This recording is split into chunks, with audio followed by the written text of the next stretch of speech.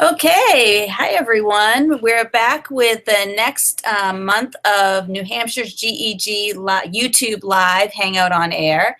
And I'm Jen Loughton. I'm coming live from Winnicott High School. But also we have with us Craig Shield, and he's hailing from Casa de Craig, I believe, correct? Yes. And then we also have Jacqueline Carabinas. Craig Shields, our co-leader for the New Hampshire GEG, and then we have Jacqueline Carabinas. There you are, Jacqueline. Hi. Okay, she's got her volume back. And Craig, would you like to introduce your teacher coming in from Bedford as well? Yeah, so we have Steph Fritz, who is a really good math teacher in my high school, or it's not my high school, our high school, and primarily has done a lot of good work with Chromebooks the past 2 years in both an Algebra 1 and Algebra 2 setting. So we welcome Fritz. Thank you. So we're really excited today because we talked a little bit back and forth, Craig and I was really excited about some of the updates in a tool that I like called GMath. I love this add-on GMath, and I was sharing it with some of my faculty. And I said to Craig, why don't we look at maybe doing the session all about using Google G Suite to support teachers, math teachers and so forth, or just support learning in math for students. And he had this grand idea. He said, hey, let's contact the creator of GMath and see if he'd be willing to do an interview with us. And I was like, oh, I don't know. And we're really excited to say that, yes, we have here John McGowan. There's John. And he is the creator of GMath, GMath add-on for Google Docs and for Google Forms from Text Help. And so we're very excited that he would connect in with us, take time out of his schedule to connect in with us and talk to us about GMath and show us some of the really cool tools that support a lot of the concerns that math teachers or frustrations math teachers have had using Google Docs in the math classroom. He has an awesome tool. I so much love it. And especially now with some of the updates to Google Forms, putting images in, it's just incredible what you can do. So I'm going to turn this over to you, and thank you so much, Don, for joining us. Thanks, Jen. I really appreciate you guys having me. Thanks so much. It was almost serendipitous that you guys reached out on Twitter because it was a perfect time for me and really excited to showcase things.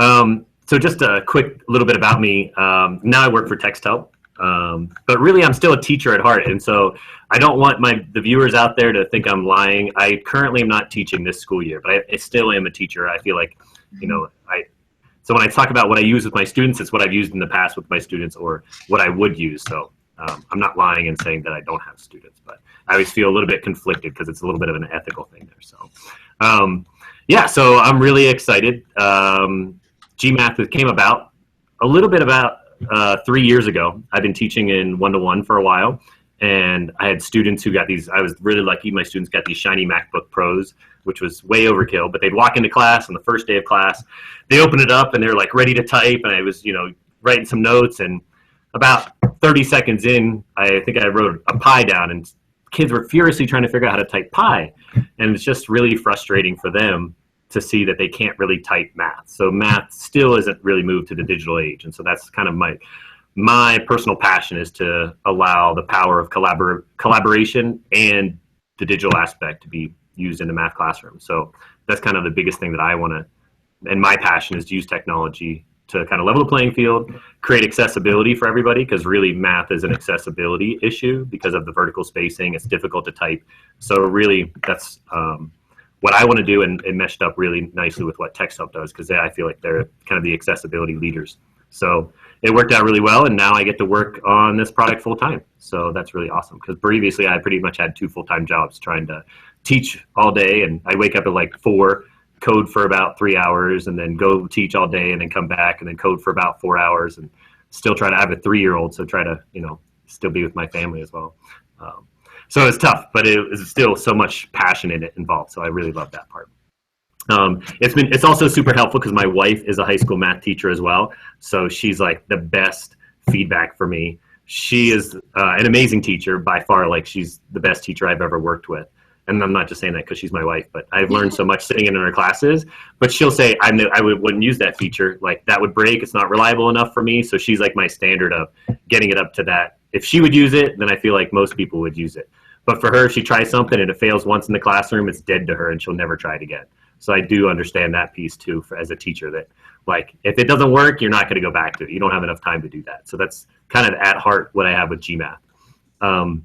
Yeah, the other thing I do want to talk about quickly is GMath's free, and it's always been free. And we just released an update a week ago, and the first update under text help. And there's some people who are worried that we're pretty much going to turn it into a paying thing. Whatever's out there is free. It will always be free. So I don't want teachers to worry about adopting something and then like we're going to charge you $200 a year for it after that. That's not what our goal is. We want math to be accessible for everybody. And I will say we will have a premium feature later on, but we do think it'll be at a price point that's worthwhile, but we'll still have a freemium version all the time. So whatever you use it now will always be free, and you don't have to worry about us pulling the rug out from under you. But we just feel like we'll incrementally add more and more things. So. Kudos to that, because I would agree with you in that, you know, a lot of people wonder, oh, you know, is this the right thing? Do we want to do this? Okay, when is the company going to start, you know, charging us down? And I think, I mean, you hit the point. Like, I'm a former math teacher myself, and Fritz can probably also agree with the fact that, you know, you have all these Chromebooks in classrooms or Macs, whatever it might be, and math tends to be that one environment, that one space where maybe they're not utilized as much as they really can be. And so I think that's great that, you know, you're going to showcase your product today to maybe open the eyes of some math teachers out there and students. Yeah, thanks. And I have to kind of wrap that story up with my MacBooks. The kids, when I tell them, like, well, maybe you should close your MacBook and it's probably best to do paper and pencil, literally you could just see the excitement. Their eyes would glaze over and they're like, oh, it's the same old math stuff. And like for the whole rest of the year, you just killed all their excitement and ambition. And the other part is I feel like I've been teaching this would have been my 16th year teaching. I've learned that my first couple years, I thought I had to have all the answers ready. And like, if a kid asked me a question, I had to know what the answer is. But really, it's just about communicating. And that's really the goal that I want, is just have students be able to communicate their thought process. Especially now with the Wolfram Alpha and Google, like they can find most of the answers if I'm asking simple questions. So I more want to know, like, can you explain what you're doing? Or what's that thought process going? Can you explain it a different way? Or why does that explanation work? And that's really where we're gearing all of our future tools towards as well. So, yeah. Awesome. So I'll just dive into a quick demo of that, I guess. Is that okay? Yeah, go for it. All right. So hopefully my screen share works again. It worked in testing, but you know, technology. It does. Okay. Cool. So I want to do one. I love giving presentations and like talking about some of my favorite tech tips. So one that I love is at the end of a presentation, if you put /present, it goes full screen in your little tab there. So that was like, I went to a weekend summit, and that was like the best thing I learned the whole weekend. And that's not trying to be like disparaging towards it. I was like, oh my God, that's so amazing. Because now I have full screen and I can flip to other tabs without escaping out of full screen. And so essentially that GMath, the goal now is to use, GMath is an add-on for docs and forms. It's also an add-on in Sheets, and we have a lot of users, but it's not as powerful in Sheets as well. So it does exist in Sheets. We have a lot of exciting things planned down the next couple months as well. But so now the latest update, we have some, previously the biggest knock against GMath, I think, is that it was difficult to use. Math is tough to type, and so there's a typesetting language called LaTeX or LaTeX, depending on how you want to pronounce it. And that was how you used to have to do it. And so we've tried to really make it simple and intuitive, and our goal is to make it delightful to use. And so that's a pretty high bar that we're setting for ourselves. And so we don't really want you to, this is a crazy, to be honest, I'd have to look up what this equation is for, the integral. But so we don't want to be confusing. We want it to be more delightful and make it easier and intuitive and not scary, because math, there's already enough stigma out there. So we want it to be more collaborative and more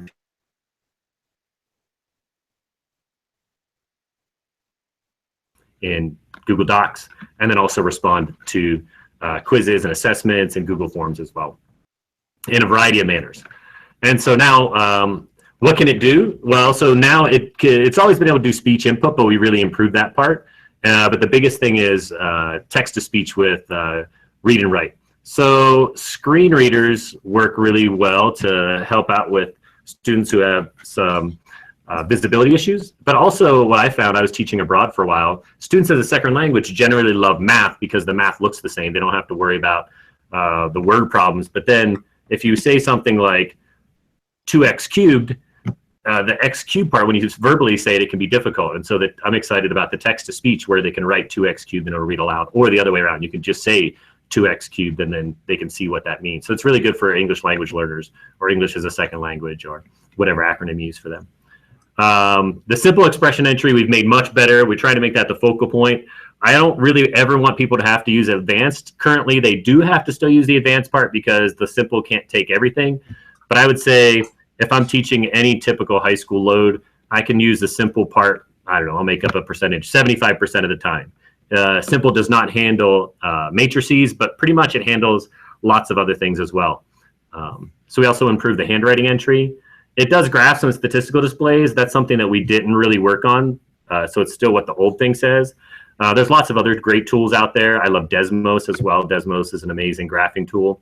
But for statistical displays, I will say I love Plotly. I love a bunch of other things. But I found out that I needed a quick box plot or quick. So it does side-by-side box plots, which are great for if you're teaching like A/B statistics. And the graphing part's nice. You can just highlight from a table, and it'll do that. It'll create a quick scatter plot. So I'll demo that. And it now has resizable images. One of my biggest frustrations previously is if you inserted it, wanted to make it bigger, it was all pixelated and blurry. So then if you wanted to copy it and put it in a slide or something, it wasn't very good. But now we fixed that, so now it's nice and crisp. You can put it in a slide, make it really big, it still looks good.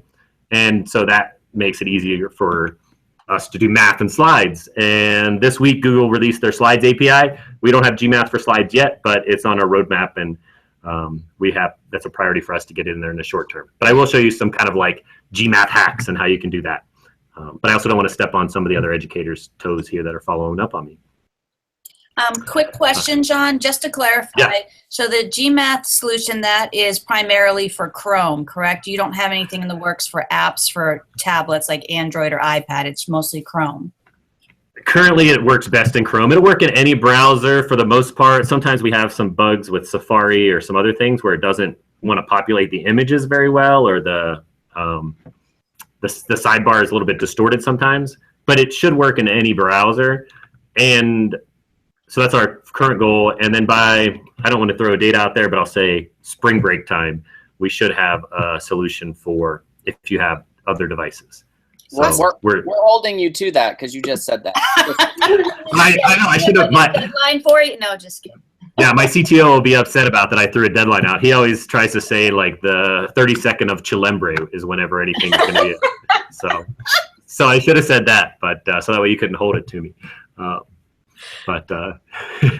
So yeah, so that is on our roadmap. So we do have, and again, like our biggest thing is to try to get things out there for you guys to work with. And so, because for me, like I felt like once the school year started, I don't have any time to adapt anything new. So we're trying to push out and get a lot of stuffs in for the end of first semester, and then another update hopefully over the holidays. And so second semester, hopefully you can get some new stuff, and then throughout that time. So I know there's like ski week and spring break, and we'll try to introduce some things around those.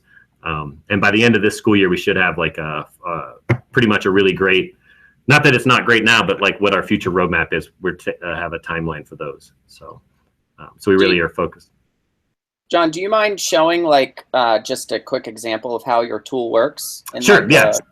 Sorry, that was my next thing, was to jump into a demo. Okay, can you see that? See my demo? Perfect. Okay, awesome.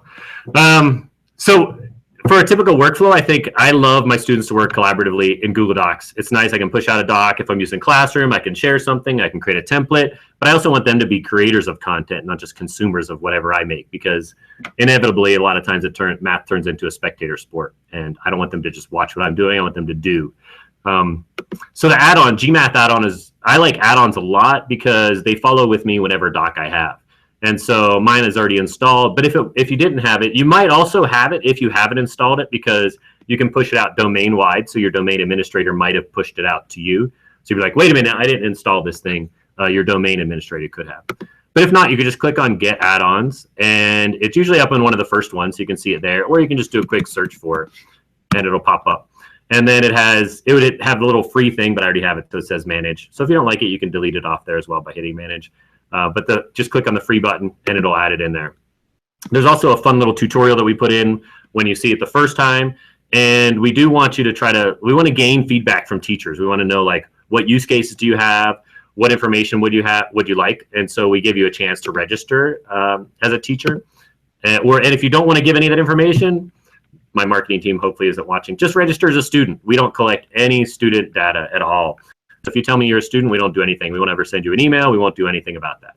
So, and if you mistakenly registered, you can click on the little settings button down in the bottom, and it will open up and say there's some options. So one of them is you can change your info, and you can change whether you're a teacher or a student, and you can change what grade you're in. And the grade thing, I had not a big battle, but you can just put whatever grade you normally teach the most. You could put high school. We populated grades 1 through 12, but I know that there are some people who are like, well, I'm a algebra teacher, or I teach geometry, or I teach pre-calculus and AP statistics, or whatever. It doesn't really matter that much. We just want to know, like, are you high school, middle school? What type of age group students do you have? So we can help ask for advice from you on how we can improve our product. There's 4 things you can do in GMath. You can create math expressions, create a graph, statistical display, or a handwriting entry. I'll talk about expressions first, and about 90% of the people would make expressions. So that's the best part, that I think the best part, most useful part of GMath is. So I do want to say there is a native equation editor in Google Docs. So you can just click on Insert Equation. But I don't like it very much because A, it's palette-based. So you have to think about, like, what if I want to make a fraction like 1/2, I have to figure out what picture do I want? Oh, I want to make it look like this. And then I type a 1, and I really can't see what's going on there. It's tough for me to put it in there. It's just not very useful, I don't think. It takes a long time. I don't want to press any buttons. So that's our goal, is to make it intuitive. And so in the simple part, there's some math writing tips that help you with some shortcuts. But we also have another thing that's coming down the line shortly that we think will be really transformative to help us with expression entry. And so if I want to put like 1/2 plus 1/5, I just type 1/2, and it automatically makes a fraction, and then plus, so I can hit the right arrow or tab out of the bottom, and then plus 1/5. And I just, wherever I click, it'll insert that image as a math. So now I'm in there, and then I can also resize it. So that was what I was like, one of my biggest things was to make it resizable so I could put it in there. One thing that we love about it is, with now that Text Help has Read and Write. Read and Write's one of their great products that helps out with accessibility and reading aloud. So if you have some text, I think I'll try to make it work. Let's see, let me pull out my headphones. So if you just hit play. Add and simplify appropriately. 1/2 plus 1/5. So it should read them. It'll now read the words, and now it reads the math. And so that's the first time there's been accessibility in math in Google Docs. So we were really excited about that, because previously it would just skip over that part. It would say either image or it would be blank. And so it's been, if kids have that in their 504 plan or whatever they need, previously it just wasn't helpful for them. So we're really proud about that and really excited. And you can see that we worked to put it in the alt text. It says 1/2 plus 1/5, and we're working to make that much better. And so previously, that's like one of my big things, is to make that say 1/2 plus 1/5. If you'd use other screen readers, it'll probably say something like start fraction 1, denominator 2, end fraction, because they're for people who pretty much can't see. And so we want to make it different for that, because there's resources for people who can't see it. But when you read that out, you don't necessarily read it out like that. So we're working on that part to make it much more mathy, and what myself as a math teacher would like my students to hear, so they can practice that part. Like I said, English language learners, they know what that looks like. They could probably do this problem if I just wrote it on the board, but if I want them to explain it, they might not be able to know what the words are or what that 1/2. And so we're really excited to make that work. So another thing that we can do is you can edit anything. So I used to, and this was in my old GMath as well, when I did have classes, I would send out a template of problems for my warm-ups for my students to use. And if you make something with GMath, you can just click the edit button, and it pops in there, and then you can edit it. Maybe you want to do like 1/3. I did not know that existed. I thought you I didn't either. I would go, what is this right button for? So wow, you got big props right there, John. I like that. Thanks. I was doing a demo slam last weekend, the first weekend it came out.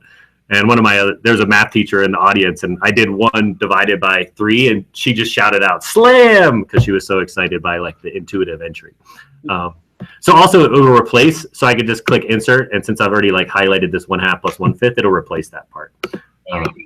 So the workflow that my students usually do is they have found that the typing part actually gets better because it's kind of like copying and pasting. So now they can work over here in the sidebar and say like, well, they could maybe say that it's like 3 times both of those. And then there's some other things they could do. Like if they want to, they could do, if you type a slash, then you can put in LaTeX commands or LaTeX commands. Because I could do like that C dot part if I want to. But we don't want you to do that. We're working on something so you don't have to. And actually, sorry, that's bad math. They would multiply it by 5. So they could say what they would do in that for their work. And so they can just do a new line underneath that, which works really well for like a trig identity or longer problems, because most of my students make errors when they're just transcribing their step from above. And so they can work, I found that they will work faster, and I can see a better progression of their thoughts. I can actually read it a lot of times, and then they can just continue to hit that entry part in there. So we're working on making that more intuitive as well. And so that was one of my big things, is to make it so they're fully communicating their thought process, but also making it faster and easier. You can also drag an image if you want, so you can see how it was, it went in the wrong place. You can just pick them up and drag them however you want. So I'm really excited about making that part work, where they can show their work more effectively. The other part that I wanted to highlight is we've really improved. So the big change that we put out there is the read aloud. So that was accessibility that exists now in math. If you'd want to clear, you just hit the little trash can icon. But now we also improved the mic icon. I hope my speech input works well. I haven't tested as much through a Hangout. But let's say that I wanted to do this polynomial, x squared plus 4x plus 4 equals 0. We tried to make it so that it doesn't pick up anything that's not math. So x squared plus 4x plus 4 equals 0. And so it didn't quite pick that x squared up. So down. Wow. I'm impressed with that too. Thank you, because previously you would put all of that stuff in there, and then you'd have to edit it out. So we're working on making that a little bit better by filtering and putting it so it recognizes more math things. The example that I had previous, though, if you had like 3x cubed, it should be able to figure out what you're doing there. So I found that was really helpful for kids trying to figure out where to put things and where does that exponent look like. And we're working on expanding that library so you could say,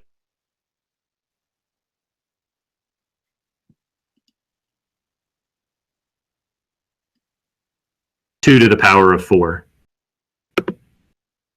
Let's see. For some reason, it doesn't like that at all. Let me try. Oh, so another thing about the advanced part, everything in old GMath is pretty much in advanced. If you liked all the pre-populated buttons, we still have them here. It just looks a little bit nicer. If you're trying to learn LaTeX, that's really cool because you could click on it, something that was created in Simple, and edit it, and it'll pop in, and so then you can see what the LaTeX is for that and push it in. Can I say a question back to the microphone real quick, or the speech to math? Can you are there any features where you could kind of speak the edit or insert into document, like basically clicking the left and right buttons? Can you, if I were to try and talk through a problem, could I kind of dictate like from start to finish this, then I'll put this in, and the new line, put this in, kind of like talk it through? Is that a feature that's available? It's not currently available. We're still working on making it a little bit better.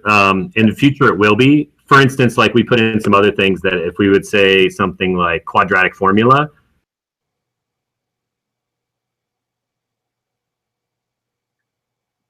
some things in there that you could say like new line. And so we're trying to work on making that a little better. You can also do things like if you say fraction, oh, sorry, you can type in the LaTeX part. You could do the voice type where if you say fraction 3x over 2 stop, then it puts it in there. And so you can also say things like, I don't know, I haven't tested it fully, but you can say stuff like, it also puts it wherever your cursor is. So you could say text, solve this expression, end text. It didn't like that one. So you can do a lot of, we're working on making some of that a little bit better.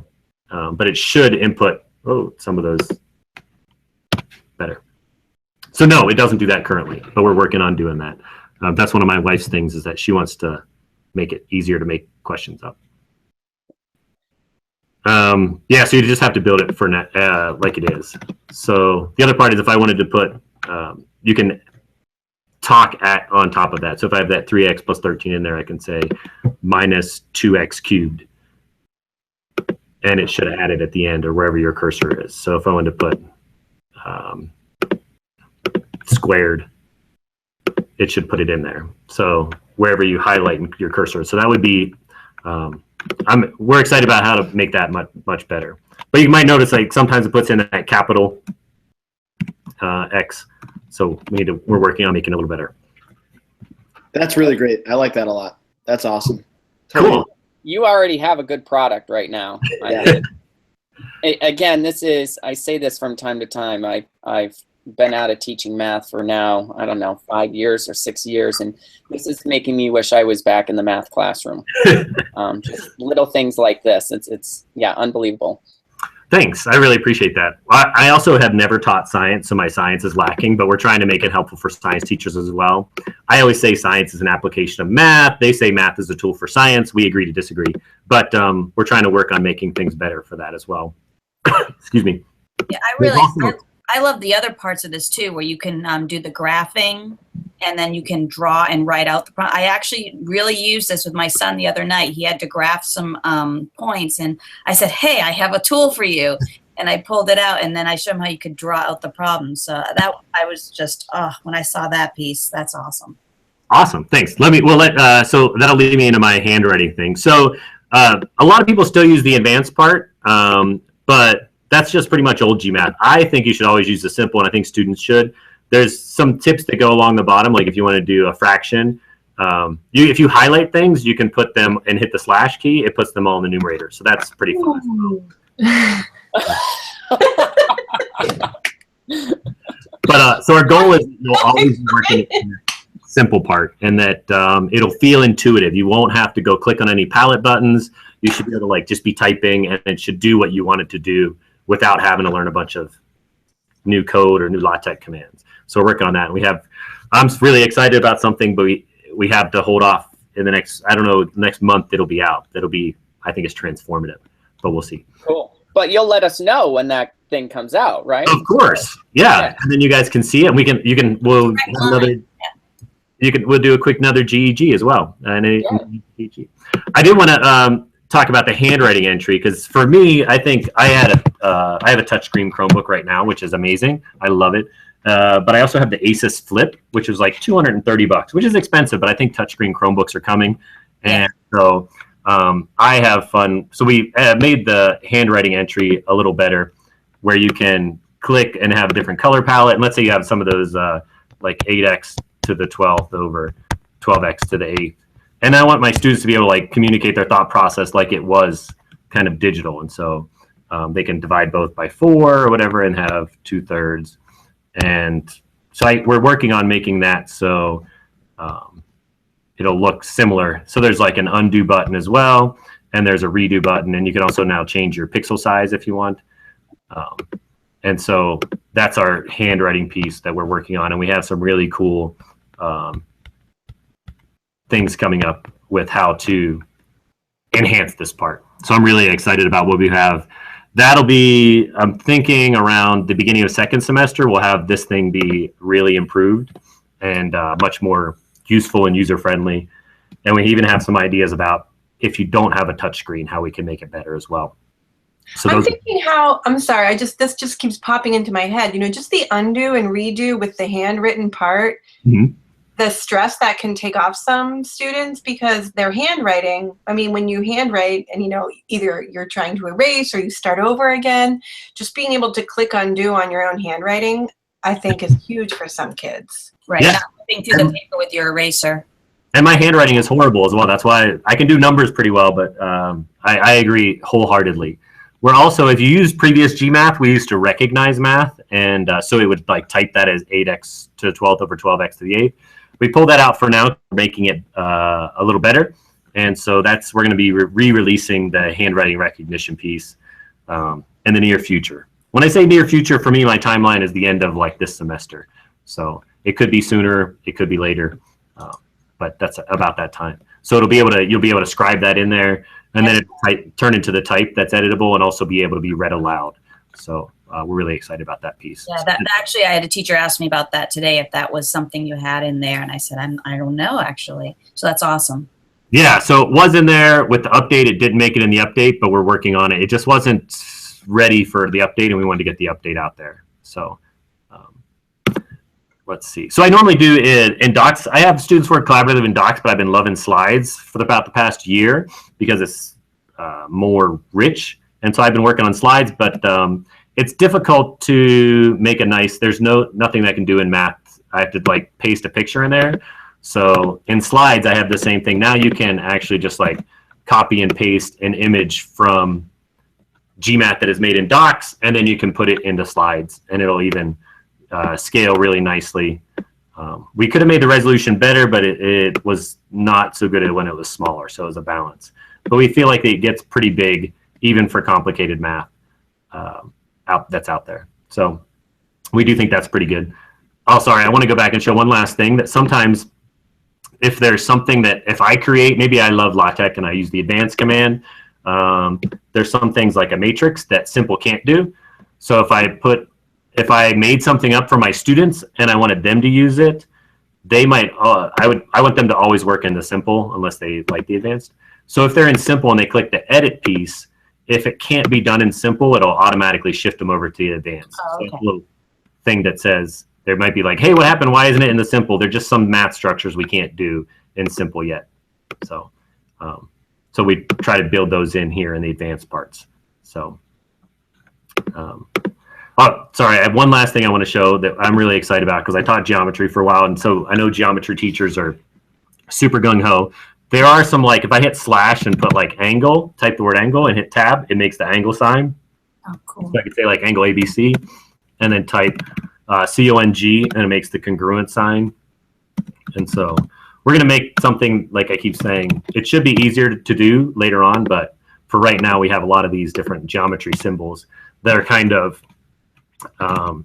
hidden in here. They're like little Easter eggs. So John, I think that's great, the example of how it can be used in the geometry setting.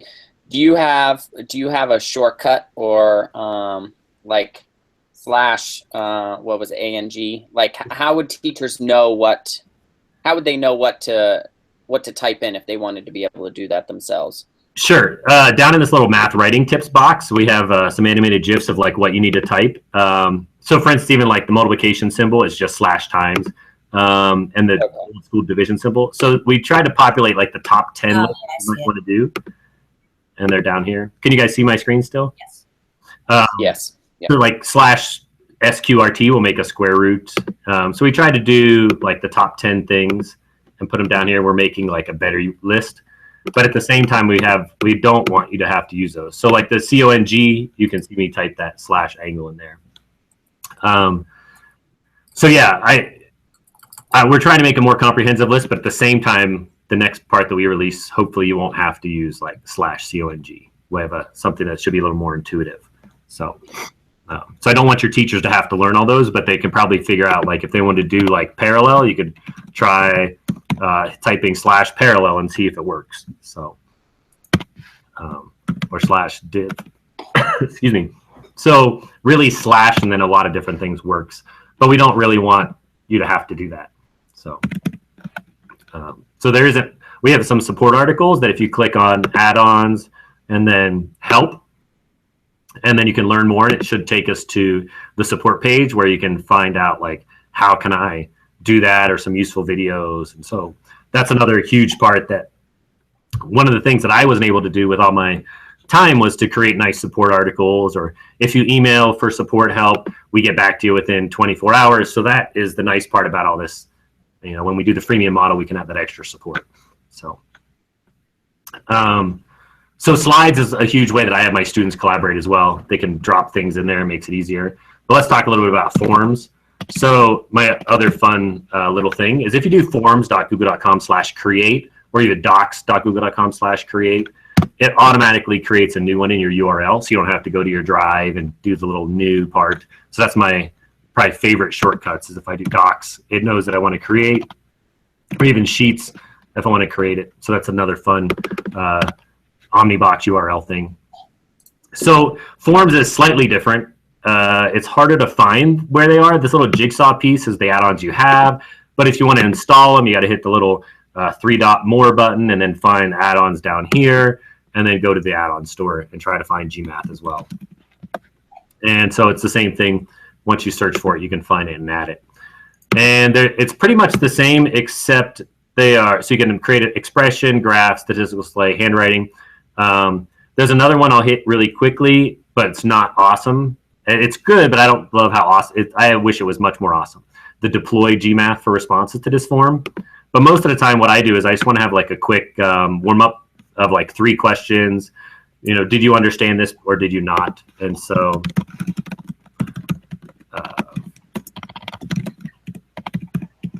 so I can create stuff in here. So I could say something like, if I have an untitled question, I can edit those, or I can just start over here and just say like 1/2 plus 1/5. And if I hit insert, what it'll do is it'll make an image and then put that as a question, and then puts another question underneath of there where I can say like answer for, I don't know, the addition problem. So that's not really great. It's based on Google's API is a little bit limited. But now, as of like a month ago, they have this cool little image thing, so I can insert images as question types and multiple choice question types. But even more so, I think it was after that, they made it so we can do a question with an answer in there. So my new thing that I've been working on when I do make a form up is I can either open that image up, but it's not so great. I can also use just my docs, and if I just right-click this, I can open that up in this little tab. This gives me the image, so I can populate that and get the image URL. Or if I'm in the advanced part and I know what I want, so I don't web this workflow where you have to still click some buttons. If I want to make 1/2 plus 1/5, and I'll just copy and paste that, we actually make an image right here that it will update. And so if I alt and right click on that and copy the image address, now in this little question I can have, if I change this to a short answer and my untitled question, and I click on the little image thing, I can just say, hey, by URL, put this thing in here. And now it'll say, like, simplify this addition, or add and simplify. And so if I want to know what that preview looks like, now it actually says it under there. And then when they put their answer in, it will be under that specific problem. So forms were still... Sorry, go ahead. I would agree with you. It was a little clunky before the images could actually be included in the question, because I know there was a teacher I was working with, and we really wanted to use it, but it was just really clunky. I like you said, now that you can insert images, it makes it a little easier to do. Yeah, and so but the hard part still is answering them though. So I want to have like something more. I don't want them to put like in here. I think we already did this problem. What is that? Do your math right. Sorry. So I don't want it to. I don't want that. I don't want to see that. I don't like horizontal math. I want it to be nice and vertically spaced. And so it's still not brilliant. You could do that for that problem, but for other possible to do. If I do the deploy part and click deploy, then now it makes a little deploy part over here where they have the form and they have the GMath tools available so they can make them. So this one is not that big of a deal, but I can hit 7/10. And when I click this, it just gives them a spreadsheet formula to paste as their answer. And so that, I'll show you if you set this trigger after you. So once I deploy, I always just set the trigger. And then I delete the trigger and then set the trigger again, because there's a bug in Google's code that sometimes the trigger says it's set, but it didn't actually set. So it doesn't work when you submit it. But now if I submit this problem, that will show up in my response spreadsheet. It doesn't look like anything there, but if I actually go to the spreadsheet, we'll see if it actually worked, if the trigger caught. So no, the trigger didn't catch on that. And so you'll see that they put a little apostrophe. Google puts an apostrophe in front of there. So that way people can't mess up your forms by putting spreadsheet formulas as answers. So they could mess up your form by doing a bunch of different stuff to that. And so the problem is that trigger, once you like delete it and then set it again, once it catches, it's set for good. And so usually I'll just do a couple responses. I'll do a couple responses to make sure it catches. And so hopefully this one will work. If not, it's like technology. So it didn't work again. So that's frustrating. But it should catch once you delete it and then set it again. So once it works, it works. But that's still something that we're really trying to improve upon. So I, as a teacher, I want to have a quick way that I can look at a spreadsheet and see did kids get it correctly or not. And so that's something we're really trying to work on, making that much more improved, that workflow of like just some formative or informal assessment, and then later on how you can do some summative things as well. So my kind of tip is I use the Docs GMath to create a lot of questions, or I would use the LaTeX and then right click to get that URL, which is still not super fun, and that's still not delightful for me. It's still not delightful. You can also do the audio parts as well. But I want it to be seamless. I don't want it to be wonky. I don't want to have to say, well, yes, but it should just work. And so that's what we're making it do. So, cool. Yeah. Sorry, I don't know how much my demo time was allotted for, so I might have taken up. No, you're fine. Actually, if you could just quickly show graphing an equation, showing the graphing part real quick in a Google Doc, just that quick example. Awesome. Yeah, so. Oh, and we have a question. Could students hand type an answer and submit it as an image? Yes. So in the forms part, in this part, if it's deployed, you have the 4 options. And actually, you can see we forgot to pull out the handwriting part.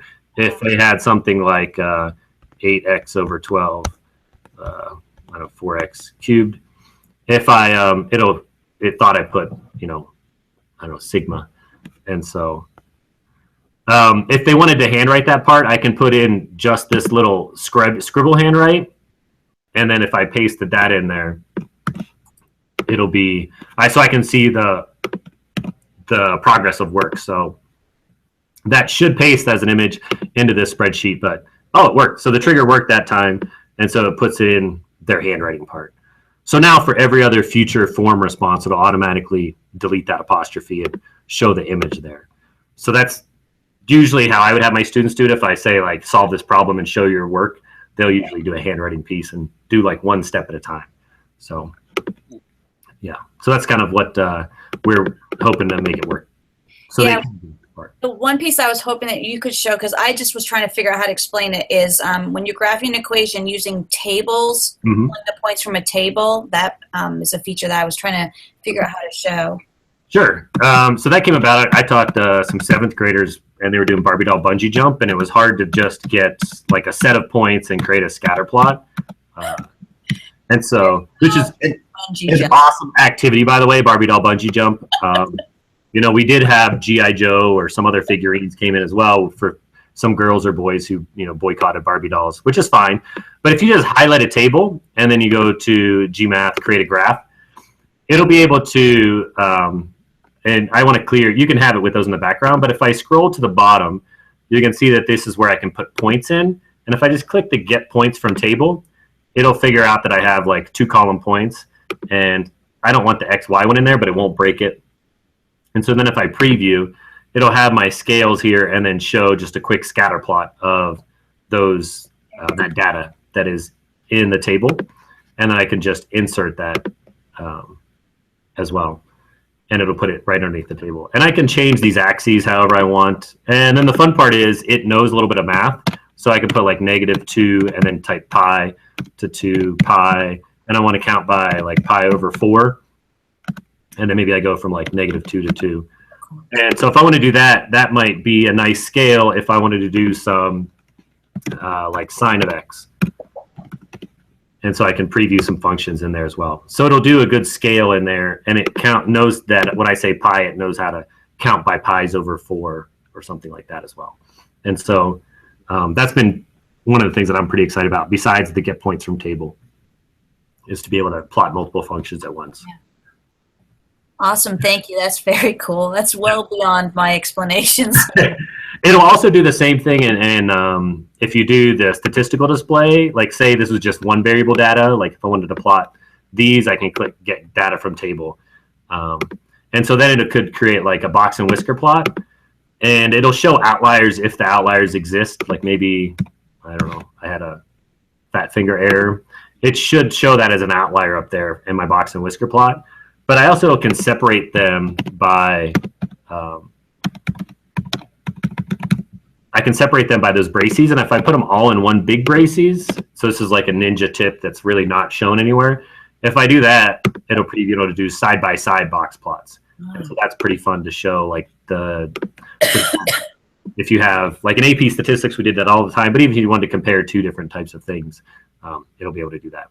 So those are kind of like the hidden ninja tricks that you can find with there. Very cool. You really do have a good product here. Yeah, I really like it. I was so excited because I used it a little bit before, and now I know it's called latex. I call it latex, but whatever. So in fact, one of the things I was going to show is some of those tips from using that. And then as I was looking at your tool, I'm like, oh, he's got that. Oh, that's there too. Oh, I don't need to show anything. Forget it.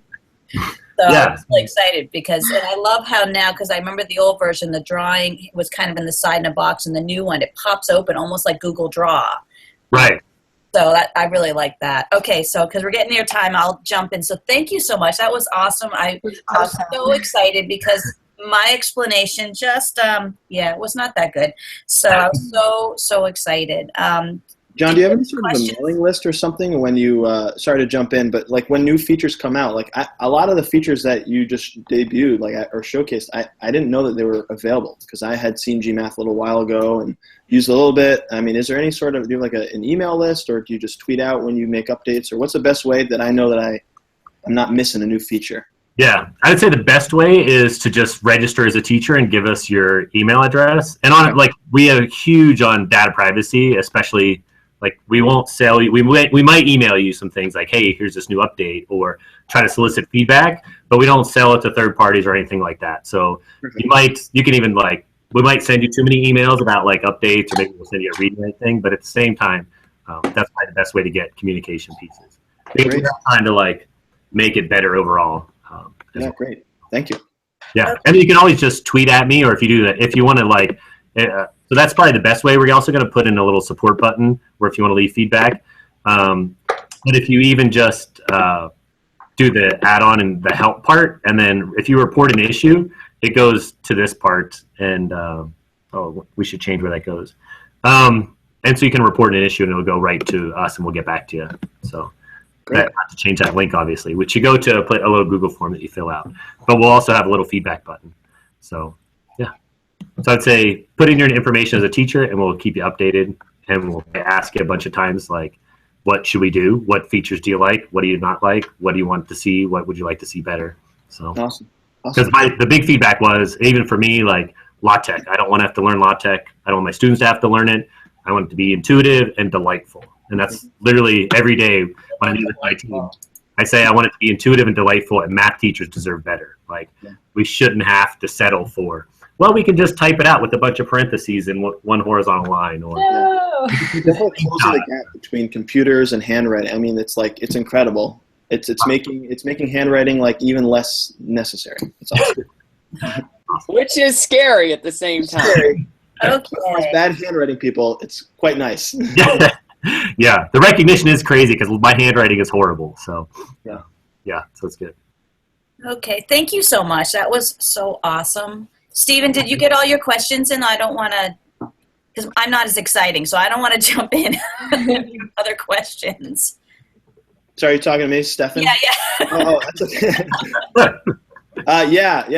Thank you. I tend to just jump in, so yeah, I think I'm good. We'll see. I think I'm good. And I got some very good questions about over here in our viewing audience too, which I've shared some of them. And one was talking about using Google Draw. So I'm going to share my screen a little bit. It's a nice tip that I like to do. So I'm going to hit share real quick. And okay, can everyone see my screen? Yes. Yeah. Perfect. Well, I mean the screen with math on it. I probably should have clarified that. Okay, So this is just a really simple example. Oh, one thing that you were mentioning, and I do want to bring attention to this, a lot of people don't realize, in a Google form, not only can you have images in your question now, but you also can have images in your answer choices. So I'm going to bring up a quick form here. So here's a form I did. So I didn't use GMath for this one, but this is one where you can actually choose in your answer choices. So this one is what is the correct way to show how to find slope. And so my math teachers are cringing going, Jen, what did you put up there? But anyway, so you can see now you can actually have the visual choices in your answers as well as in the question, which I absolutely love. So that's just a quick little thing. And with forms now, you can actually upload a file, which is very cool. But I'll jump off of there. Yay, I didn't know that. Oh, yes, Oh, it's in there. It's in there.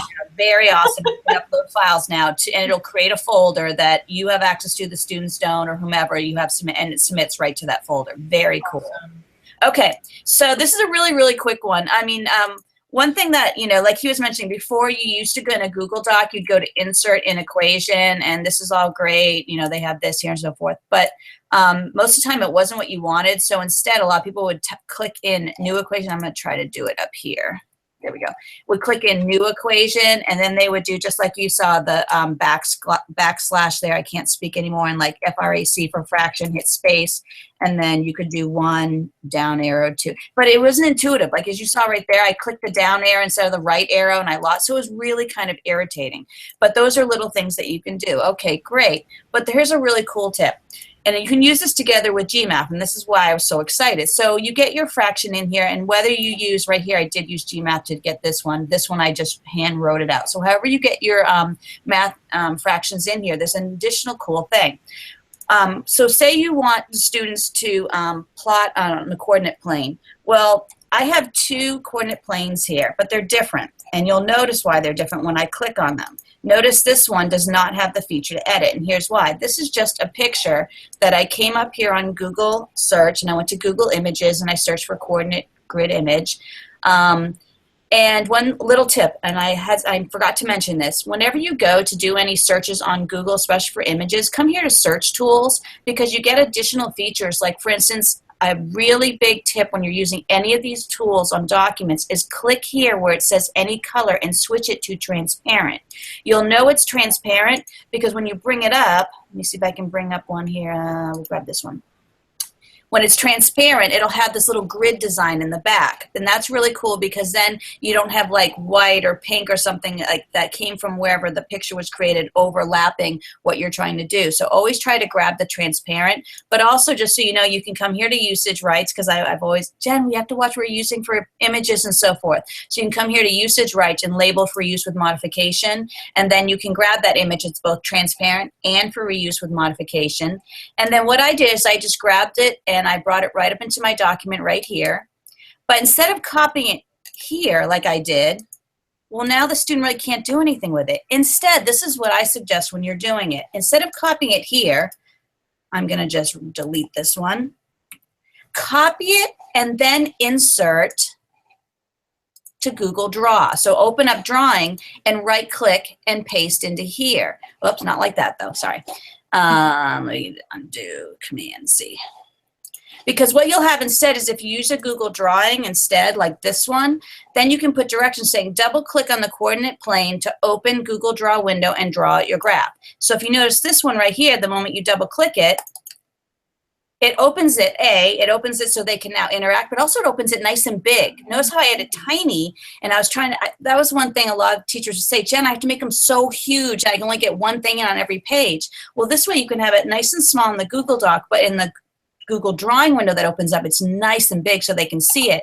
And now they can, you know, draw out those, not like that though, Jen. They can draw out the lines and so forth by coming up here and grabbing the tool that they're looking for there. That's much nicer. There we go. And then they can use the scribble tool and so forth.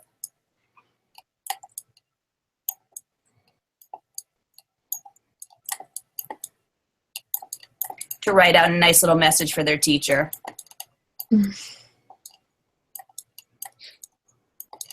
And so forth. But this is the coolest thing, is that when they're done, they hit save and close, and it shows all their work sitting on the graph. If you just paste it right into the into the Google Doc, they can't really do much with it. They can't. So instead, I suggest that you right-click and cut, go to Insert in Google Draw, then Paste, make it nice and big in the window. It'll stay as big as you put it in the window, and then save and close and put the directions here saying double click on the coordinate plane to open Google Draw window and draw out your graph. And notice here, I can have this really, I don't have to have this huge on, so I'm not using up a ton of real estate on your worksheet, your activity, so forth, because the moment they double click it, it opens it up nice and huge. So that's really just a small thing of just using Google Draw to paste in your graphics into the Google Doc, because then they can interact with them more. Same thing, I had someone ask me about using a protractor to measure out images.